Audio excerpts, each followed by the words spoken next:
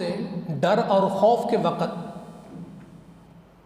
کیا پڑھنا چاہیے؟ یعنی جب کسی کا خوف ہو تو اس وقت ہمیں کیا کرنا چاہیے؟ تو حضرت ابو موسیٰ عاشری رضی اللہ تعالی عنہ روایت کرتے ہیں، ابو داود اور سنن ترمذی اور دیگر کتب احادیث میں ہے، کانا اذا خاف قوما، جب بھی آقا صلی اللہ علیہ وسلم کو کسی چیز کا خوف ہوتا، کسی قوم کا خوف ہوتا، تو آقا صلی اللہ علیہ وسلم یہ دعا پڑھتے، اللہم انا نجعلک فی نحورہم ونعوذ بک من شرورہم، اے اللہ ہم اپنے دشمنوں کے مقابلے میں تجھے سامنے کرتے ہیں اور ان کی شرارتوں سے تیری پناہ چاہتے ہیں۔ مطلب اس حدیث کا کیا ہے؟ یا اللہ تیری مدد چاہتے ہیں،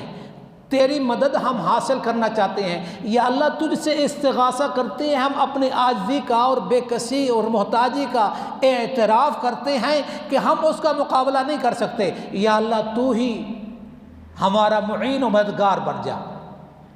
اور یہ دعا عام طور پہ بھی پڑھنی چاہیے، لیکن خاص کر چونکہ سفر کے معاملے میں دشمنوں کے شرور کا خطرہ زیادہ بڑھ جاتا ہے، تو اس دعا کو خاص طور پر سفر کے حالت میں بھی پڑھنے کی تعلیم دی ہے اور پڑھنے کا حکم دیا ہے۔ کتنی مختصر سی دعا ہے، تو اس دعا کے بعد نہ گارڈز کی ضرورت ہے، نہ سپورٹر کی ضرورت ہے، نہ آگے کسی کو حفاظت کے لیے مقرر کرنے کی ضرورت ہے۔